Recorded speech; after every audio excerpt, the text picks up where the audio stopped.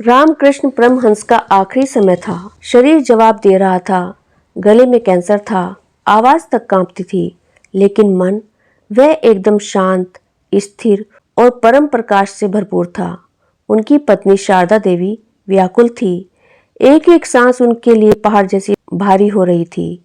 आंसुओं में डूबी शारदा रामकृष्ण के चरणों में गिर पड़ी। उनकी सिसकियों से कमरा भर उठा। तब रामकृष्ण मुस्कुराए। उन्होंने कांपती हुई आवाज में कहा, तू क्यों रो रही है? मैं नहीं मर रहा हूँ। ये शरीर, ये देह, ये सिर्फ पुराने कपड़ों की तरह हैं। अब फट गए हैं, जीर्ण हो गए हैं।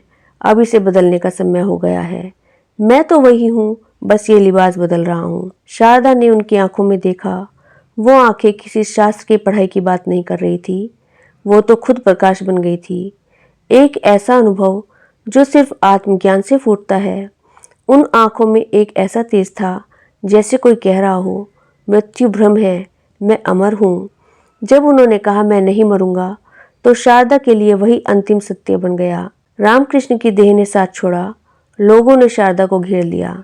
अब तुम विधवा हो गई हो, चूड़ियां तोड़ दो, सफेद वस्त्र पहन लो। पर शारदा ने एक ही बात कही, वे कहकर गए हैं कि मैं नहीं मरूंगा, और मैं जानती हूँ वह नहीं मरे। मैं हर पल उनकी उपस्थिति को अनुभव करती हूँ। उनकी देह गई है, उनका अस्तित्व नहीं। शारदा प्राचीन भारत की इकलौती स्त्री बन गई जो पति के जाने के बाद भी विधवा नहीं हुई। वो चूड़ियां पहने रही, जैसे वह उनके साथ ही जीवित है। हर दिन पहले जैसे ही था। रामकृष्ण का बिस्तर लगाती, खाना परोसती, पंखा चलती, मानो वे वहीं हों, बस किसी सूक्ष्म रूप में। लोगों ने सोचा शारदा पागल हो गई है, पर वो पागलपन नहीं था। वो प्रेम का चरम रूप था, जिसमें मृत्यु भी प्रवेश नहीं पा सकती। विवेकानंद ने एक दिन पूछा, माँ, मान लेते हैं कि वे अमर हैं, लेकिन यहाँ तो नहीं है।